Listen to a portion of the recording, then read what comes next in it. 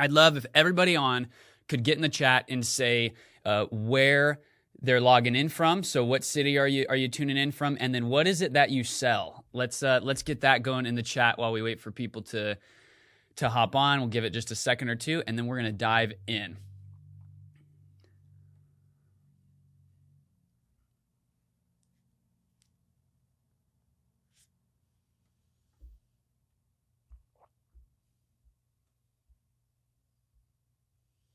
Okay, we've got Connor from Connecticut selling construction training software. That's great. Phoenix, enterprise data security. Jenna Gallagher, Scottsdale. Hi, Jenna. Great to see you.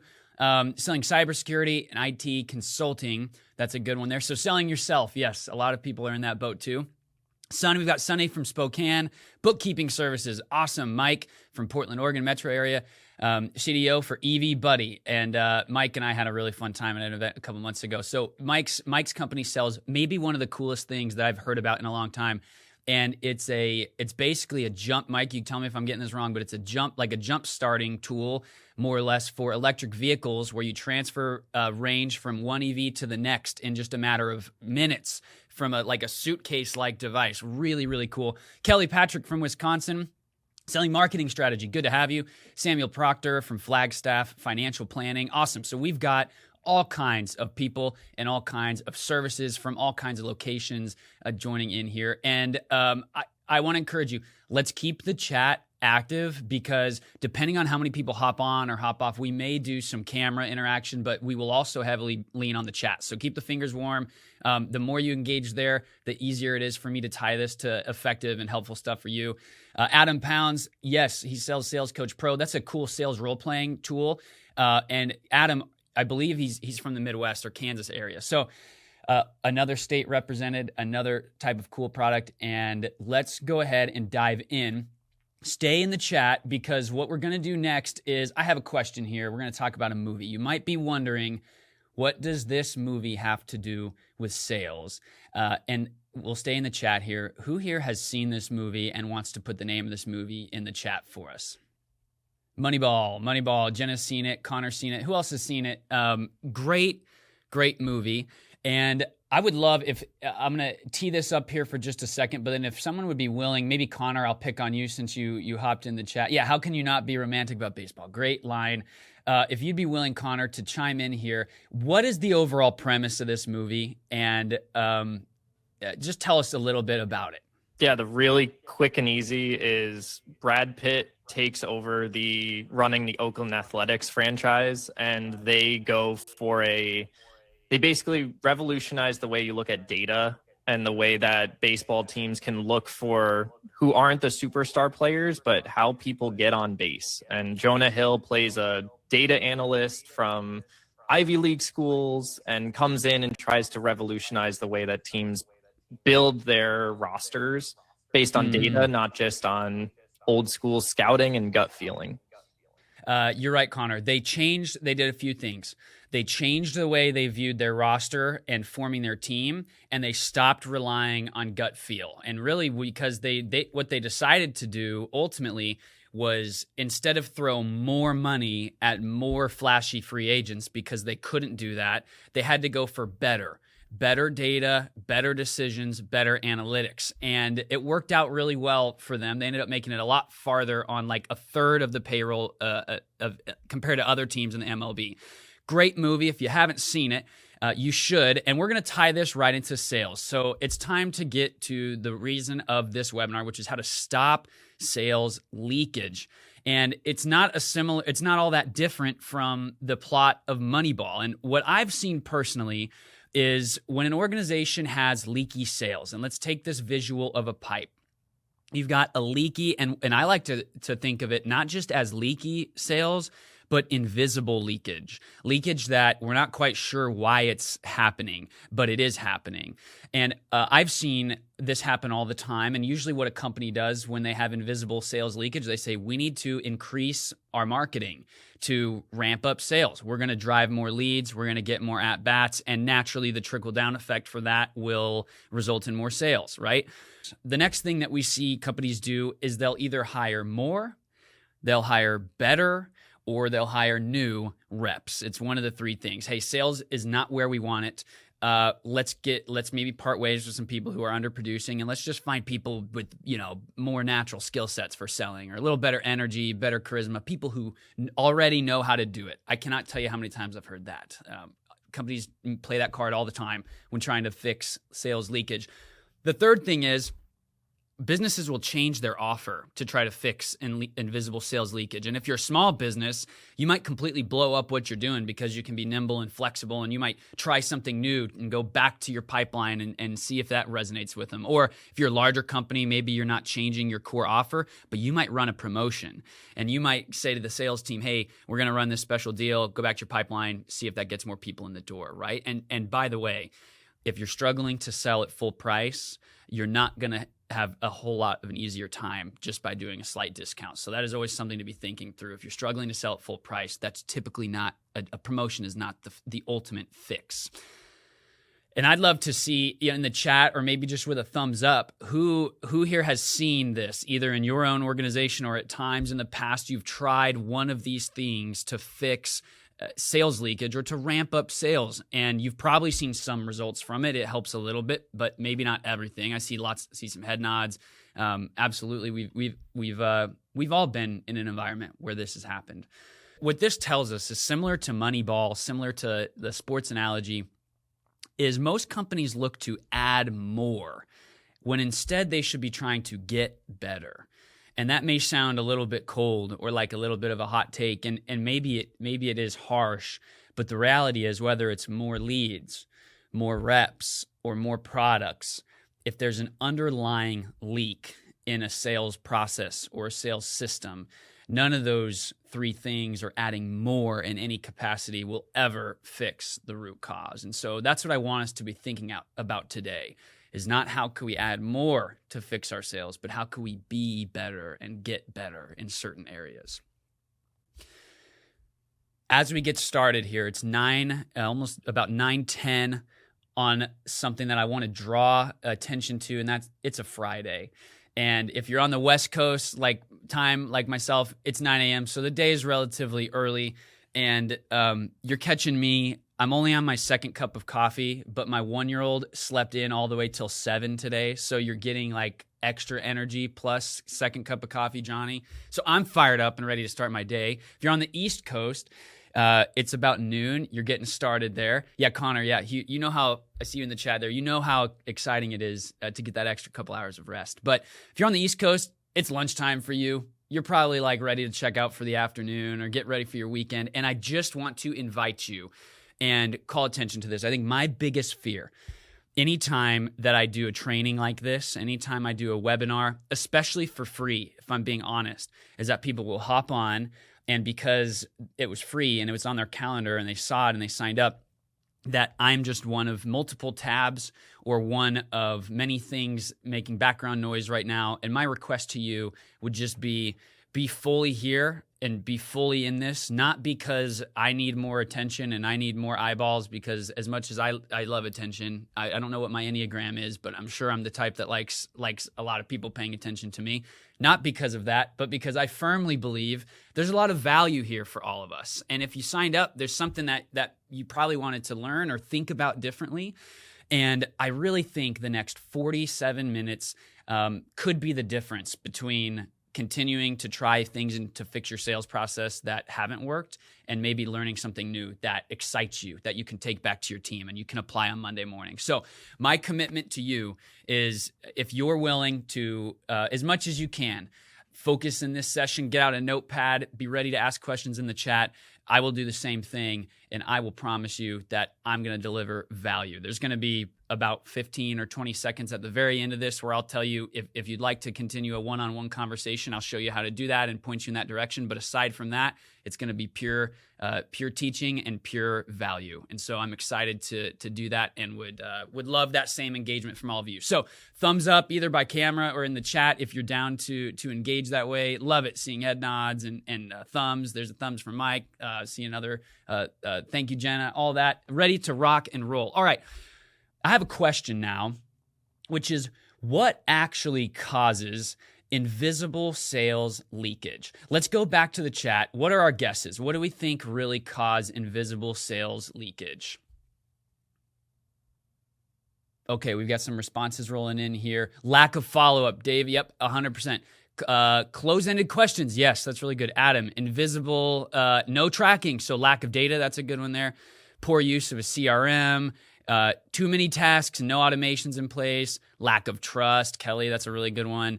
Not understanding the full needs of the client. Sunny, all the way on that one. Jenna, maybe not listening to the problem and selling something different. Bingo. All of these are really strong, and they're still pouring in here. Mike, not asking for the sale. Yes. And I was just having a conversation yesterday with somebody who's saying buyers in today's environment are coming in so pre-sold because of marketing and because of AI and because of different tools that the biggest lack in a lot of sales teams isn't an issue on discovery. It's an issue of asking for the sale. And so you're spot on in that. And not selling yourself out of fear of being salesy. Jules, that's a really good one right there. I think one piece of advice off the top of my head is if you are afraid you're being too salesy, you're probably not the personality type that could be too salesy. So that's a one thing right there that I've always tried to tell myself in that moment. What actually causes invisible sales leakage? All of the things in the chat are true, but I think we've narrowed it down to a few things. And if I think of all the different ways that invisible sales leakage creeps into an organization, I've narrowed it down to what I think are the big three. And the first one is what I call the winging it epidemic. And we've got a picture of a microphone here because when I think of the winging it epidemic and a salesperson who's winging it, we know 80% of businesses have no standard sales playbook. And 68% of salespeople admit to winging it. When they hop on a call, they do their best, they roll with the energy and the vibes, and then see where it goes. That's what I call slot machine selling. So you're hopping on, you're pulling the crank, and you see what happens. If it doesn't hit a jackpot, you move on to the next one.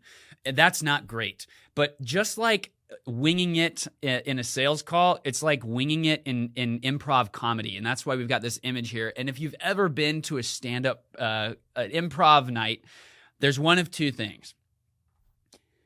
It's either the funniest, best comedy you've ever heard in your life because the comic just crushes, or it bombs. It's the absolute worst performance you've ever seen, and that comic is on the ropes, and it's not a fun time because nothing is landing, nothing is working, nothing is advancing the energy, and it's pretty rough. Both are going viral. One's going viral because it's funny. The other's going viral because it's a terrible bomb. So which one do you want to be? And in your selling, winging it is not the way to go. That causes insane leakage.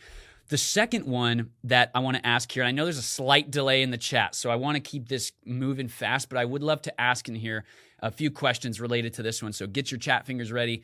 The second of the big three is training that doesn't stick. And I would love to know, when was the last time you were trained, actually went through a sales training yourself as a seller or your team went through it? When was the last time you did it, and how consistently are you doing it? I would love to see that in the chat as we get going here, because what I have found is a few things. Okay, someone says years ago, none now. There's the first response. Never, same. Yeah, this is really interesting. Lots of similar answers to getting us started now.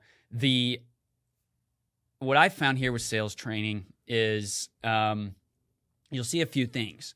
Either one, it's not relevant and it's not helpful. So that's the sales trainer that pops in for 1 hour and does a sell me this pen exercise, and it's not really relevant to what you're doing, and it doesn't fit your buyer or your product or the way you want to sell as a person. That's the first one. The other one is maybe training is really good and you're getting some great content. And I hope it is it's like this. You get some great thoughts, you get some great nuggets, but then it doesn't happen again for a year, or it doesn't happen again for a quarter, or even a month can be too long to go without consistent training. And so that is partially why training doesn't stick. We know 94% of sales leaders say that they coach their team and train their team regularly. That's a good thing. On the other side, as little as 10% of sellers say that the training they get is relevant or helpful.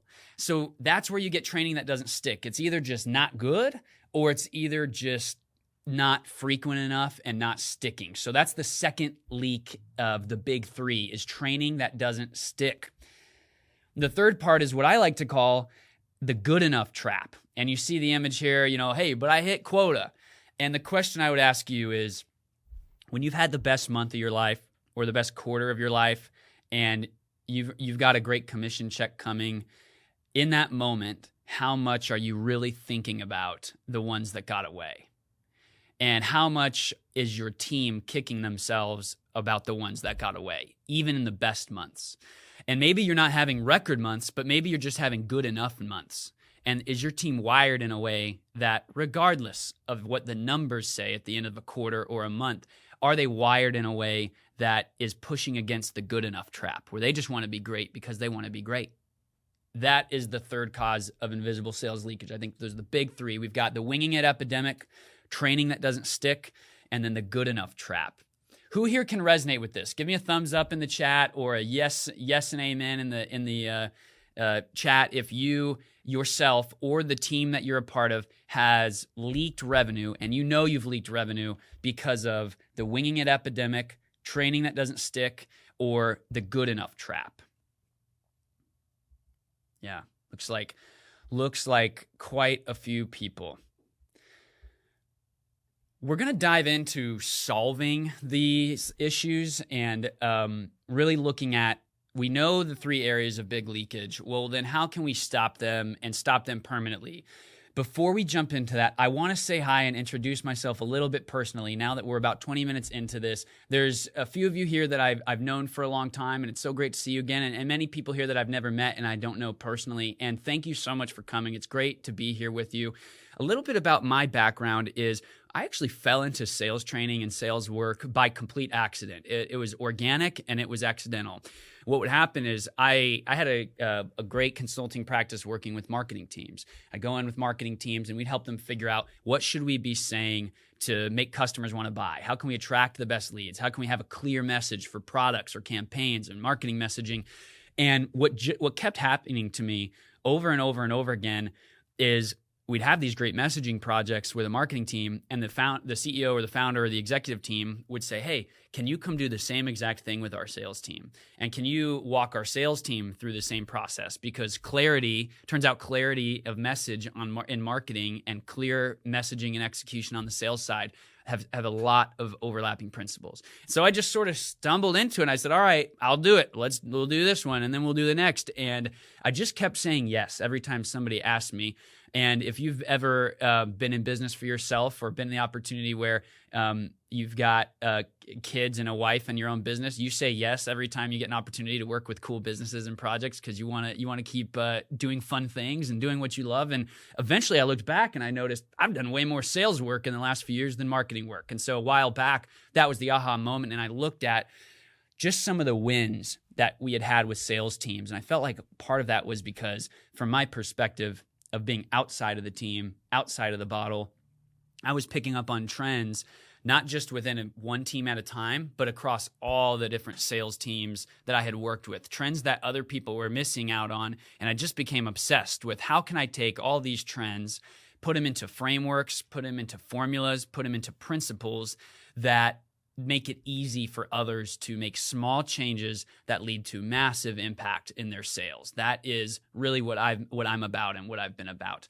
And then today we're going to talk about some of those things and some of the success stories through some cool stories. I want to also call out Erin Foltz, who's on this call. Erin is on my team. She's our director of strategy and training. And at BridgeSelling, there's two of us here. We're a two-man show, one woman, one-man show, and we work with clients together. And Erin is brilliant and sharp in all the things that we're about to talk about today, and then some. So just so you know, you might see her in the Q&A, or you may see her in the chat, but she is on my team as well. And I see we have some Erin fans in the chat. So I'm glad I'm not the only one. Very fortunate to have Erin as a part of the team. Let's keep moving forward now that we've done a bit of an introduction, and hopefully we're all familiar with each other well enough to jump back in. What I want to propose is the idea that great sales performance is like a stool. And it's like specifically like a 3-legged stool.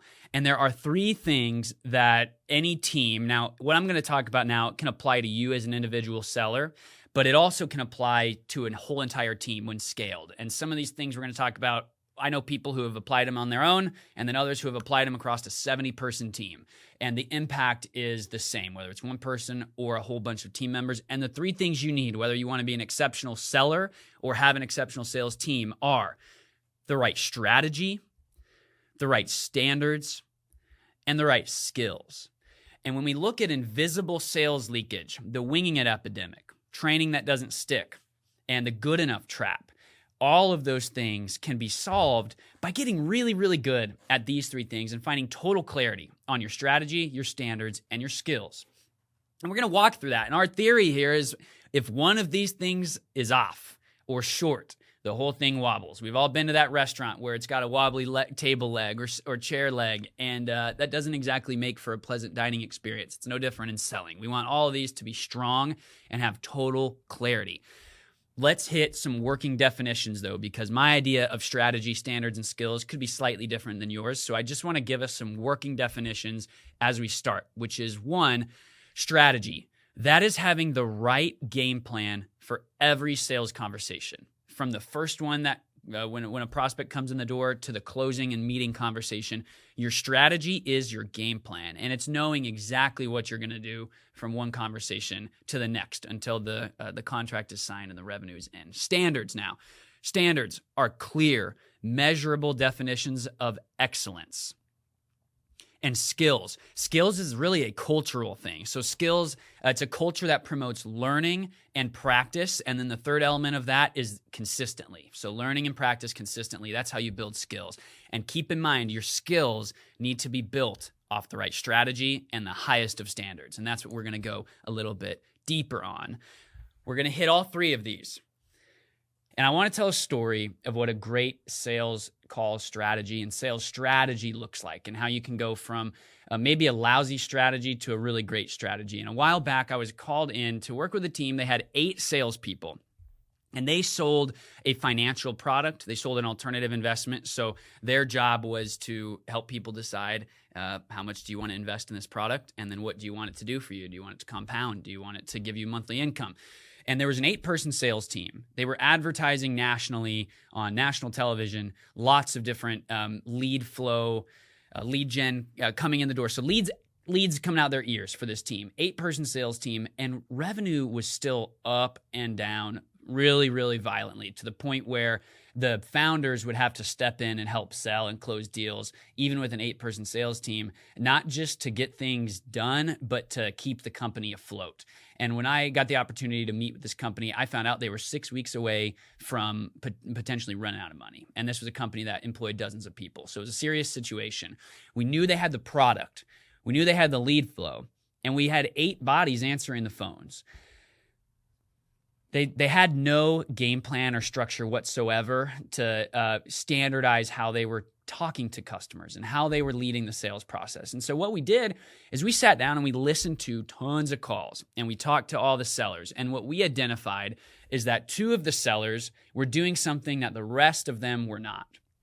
And that was walking buyers through a very specific process in a discovery consultation. And so the more digging we did, we learned that the marketing department had developed a lead gen tool on their website.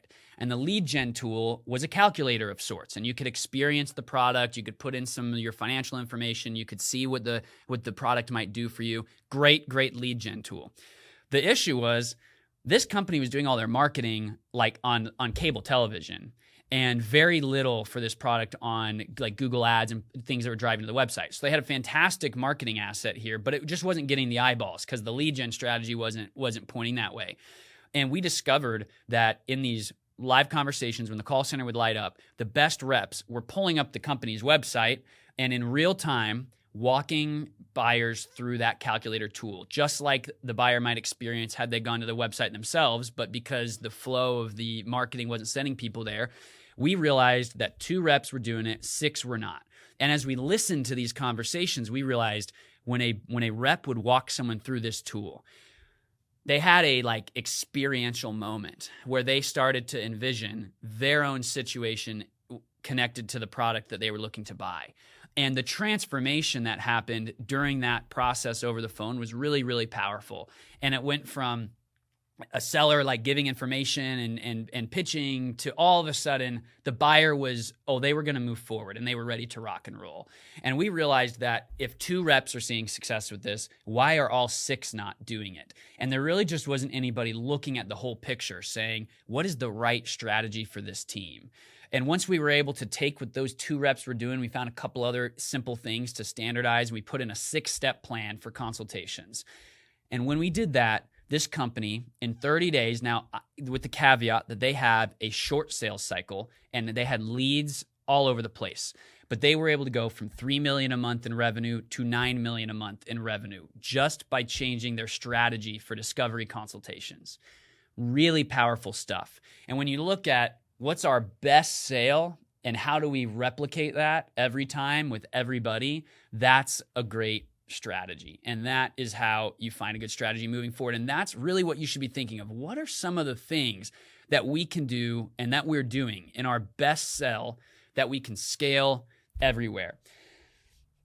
So I'd ask you, do you have a strategy leak? Is there anything in your sales strategy that is leaking? Some things to think through. You don't just want a strategy, you want the right strategy, because I think most of the time when I go into an organization or I learn from a sales team, they'll tell you they have a strategy, but usually that strategy is not right. It's just like a company might have a marketing message, but you've got to have the right message. And so that's how I view strategy. The right strategy, it has specific and structured steps. Like everyone should know steps 1 through 6, what are we doing in a sale? But it should feel natural. The buyer shouldn't really be able to tell it's a specific structure. That's an important part of the right strategy. Second, it creates a connection and an experience. So you should be able to, in your strategy, it shouldn't feel like too formulaic and cold. It should be something that takes a buyer from learning a little bit more to like drooling and wanting to get started. Third part is it should create momentum and improve metrics. So in that story I just told, if we didn't see an instant boost in sales or at least an advancement and conversion, that means the strategy hasn't been improved. Maybe it's been changed, but it hasn't been improved. And that's the main thing you want to look at when tweaking your strategy. How can you make it create momentum in the sales process and improve metrics? This means shorter sales cycles, higher close rates, or ruthless qualification, saving everybody time and energy. Those are some of the things to look at. So do you have a strategy leak? I would love if everyone here, even if this was the last thing you heard, if you'd had a takeaway here on strategy, that is really a powerful thing and an exciting thing. The next thing we're going to do now is let's move on to standards. We're going to go from strategy to standards. What do standards look like? And what really is a good standard versus a low standard? I'm going to tell 2 different stories that are quick about different examples of high standards, where a company went from weak standards in their sales conversations to high standards in their sales conversations. Because oftentimes, like strategy, we might think we have high standards or we have good enough standards here, but I don't think that people realize just how much room they have to improve in their standards all the time. So I want to talk about 2 examples. One is how we're starting a sales conversation and how we can raise the standards there. The other is how we're ending a sales conversation. Let's talk about the start. Another story, company I was working with here, high ticket offer. And this was a company selling a service where the minimum spend was about the minimum to even do it was $50,000 to work with this company, and the average spender would spend about $250,000. And it was B2C, so it was like very unique product, right? Selling to high net worth, and there a lot of inbound leads. And with inbound, inbound's great because you're not having to go out and hunt for appointments, but you're going to get a fair mixture of people who are not qualified because they're the ones coming in the door. And we realized with this company, they were having 30-minute, 45-minute, and potentially even longer conversations with people who were nowhere near qualified. And when you've got high lead flow and you've got a great product, but your team is spending 30, 45 minutes with people who are not going to be proceeding forward, that can be a huge disruptor. So we started to look at it and work with this team to figure out how can we solve this problem in a great way. And the sellers were really nervous. We kept saying like, hey, 5 minutes, like if we can notice in about 5 minutes if someone's qualified or not, that's where we want to be thinking. We don't want to wait that long. And the number one fear of the team was we don't want to be rude. Like, how do you disqualify somebody really, really clearly and upfront without sounding like a complete jerk? And that's a very fair question. I'd be curious in the chat to hear from one or two people, when you think of disqualifying someone or qualifying someone, what's the value in that for the sales team and for the buyer? Like, what's the importance of ruthless qualification, if anything comes to mind? Protecting capacity. There's the first comment there. Sam, that's a big one. Saving time and energy. Absolutely. Not wasting either party's time. Yeah, Connor, spot on. Lower guard, saves time and energy, increases focus. A lot of these things relate back to respect. And I think that in qualification, ultimately, we want to be respectful of time and energy, and we want to do that both for ourselves and for the buyer.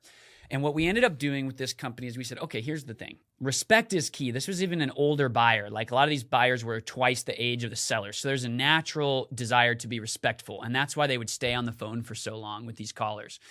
And we said, all right, here's what we're going to do. We are going to ruthlessly disqualify and qualify without limiting respect. And what we're going to do is we're going to use the phrase, Mr. or Mrs. Buyer, to be respectful of your time. I just want to make sure that this is even a good offer for you here. Most of our customers spend about a minimum of $50,000 and an average of $250,000. Does that sound doable for your budget? And then just leave it there. And we raised the standards of the sales call to say within 5 minutes, if you haven't said that sentence, it's time to weave it in. And the beautiful thing is, this company was used to spending 30 to 45 minutes on a call with someone, and now they were attacking qualification very early on. Because of this, they were able to be generous and give another 5 or 10 minutes, even after disqualifying someone, to make sure that they were pointing them on the right way and giving them good guidance. That's an example of qualification. A decent standard might be, hey, we talk about qualification on every first call. Sure. But are you doing it at the wrong point at the very end, or are you doing it with excellence and specific language early on? That's a way to raise your standards and how you start a call. Let's tell one more quick example about how you raise your standards in ending a conversation. Different story, different team in the education space, selling to parents and selling to kids. Long process, difficult process, and not something that was able to be done in one call. So this client, good sized sales team, 11 people, they were experiencing they couldn't have a one call close because there had to be a parent involved, a student involved, and there's some application processes that had to be followed. And they would get ghosted left and right.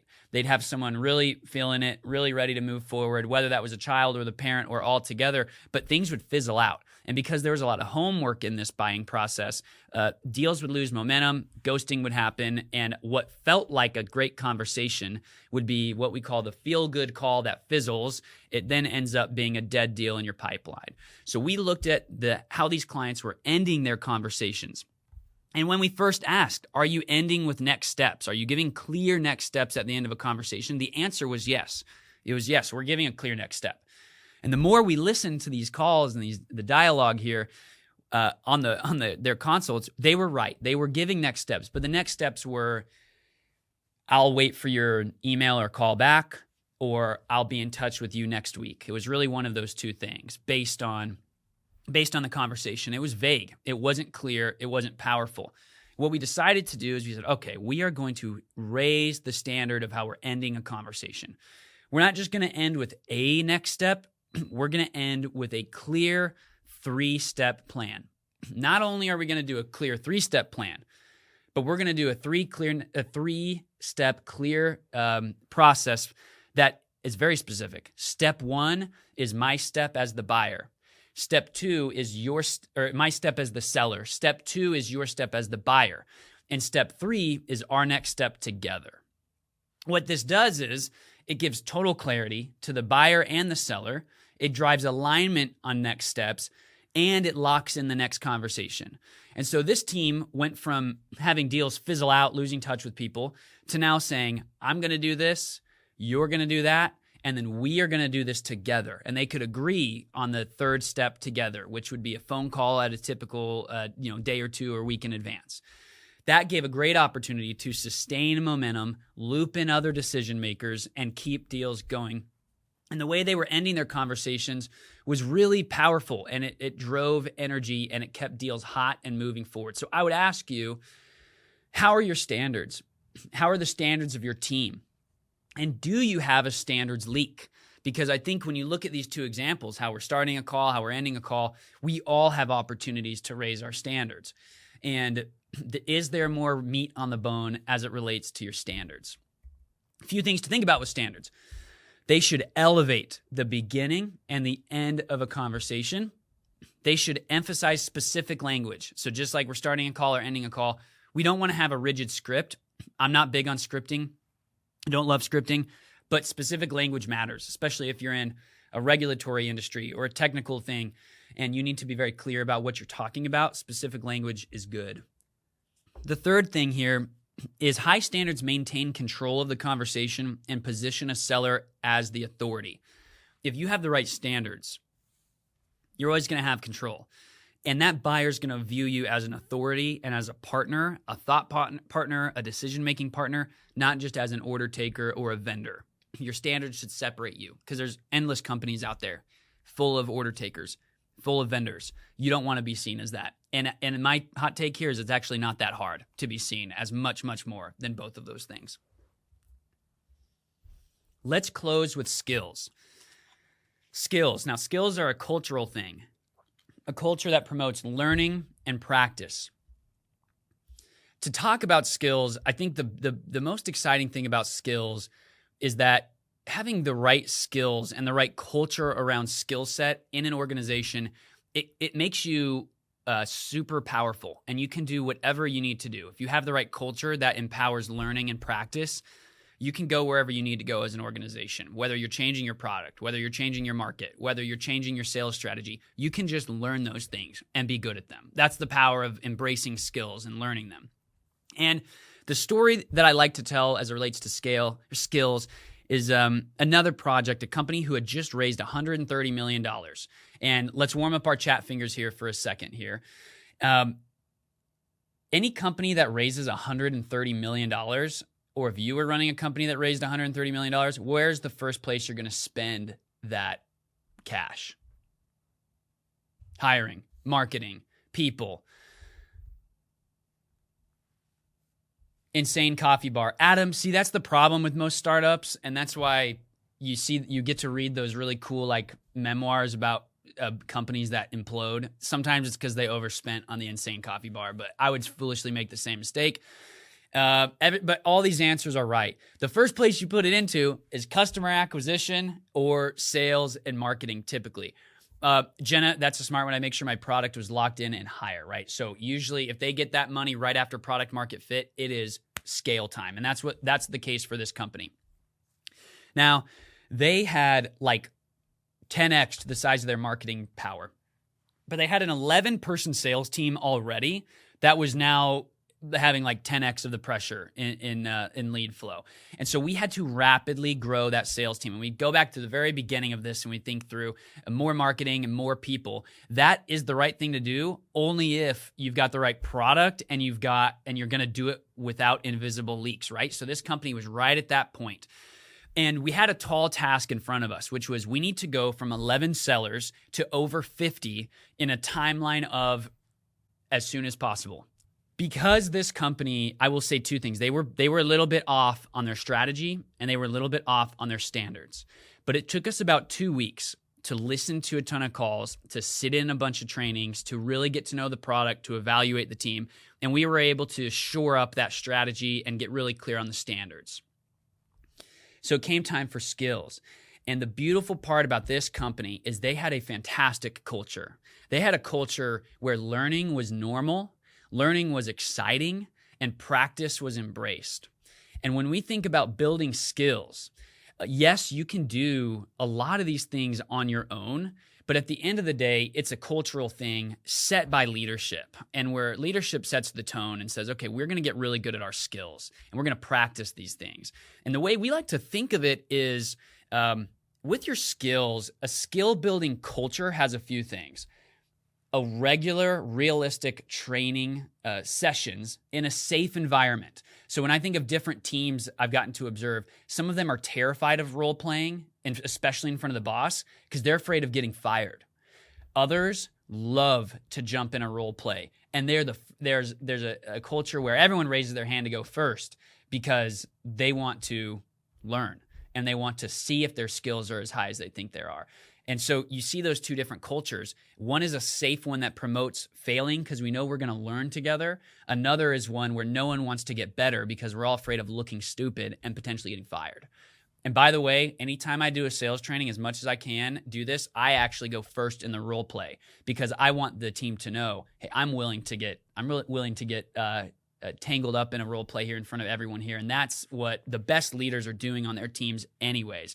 The next thing is a mindset that embraces learning and practice. And the last part is a specific methodology as a foundation. It's hard to build skills when you're pulling from random things here and there. There's a lot of value in learning specific, like one-off values. But the best part is to have a foundational methodology that you base all your training off of. And because this company that I'm talking about here, because they had all of these things in place at the time, even if it was on the wrong, kind of at the beginning, a shaky strategy and standards, as soon as we got that shored up, it elevated their practice and their learning to unbelievable levels. And so we were able to get to the point where I went from 11 to 50 sales reps in about 8 weeks. And because we had a great strategy, high standards, and a system where practicing and training was embraced, the new hires were coming out of the practicing and training, hitting the leaderboard. And the existing reps were saying, hey, what's this training that the new guys are doing? We need to do it too. And so not just growing in headcount, the whole culture shifted where everyone wanted to be excellent and have the right skills on the same page together. So do you have a skills leak? Are you, when we asked earlier at the beginning, are you doing training and how frequently are you doing it? The answers were pretty clear. It's not frequent enough. And even if it's good, it may not be sticking. And that's where you get a culture that really builds skills.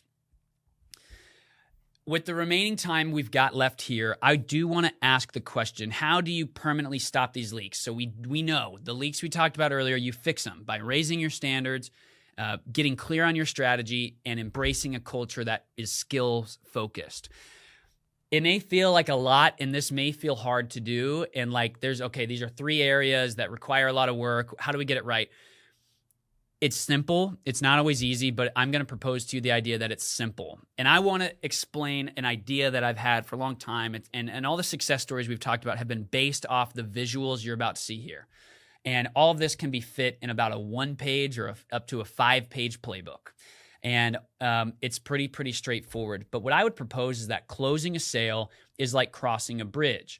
And it doesn't matter if you're doing one-call closes, B2C, or long-term B2B, multi-stakeholders, year-long sales processes. The same 6 steps need to happen to close a sale. You've got to pinpoint the pain of the buyer. You've got to qualify the lead. You need to find the right solution and success. You need to have a great Q&A process where you're overcoming objections and selling value appropriately. You need to give clear next steps at all times, and you need to close the darn thing or schedule the next chat. This is strategy in one image. Now, the example I gave earlier, the calculator for the financial company, that was their step 3. The other example in standards for qualification, that was step 2 for them. The 3 next steps for the educational product, that was step 5.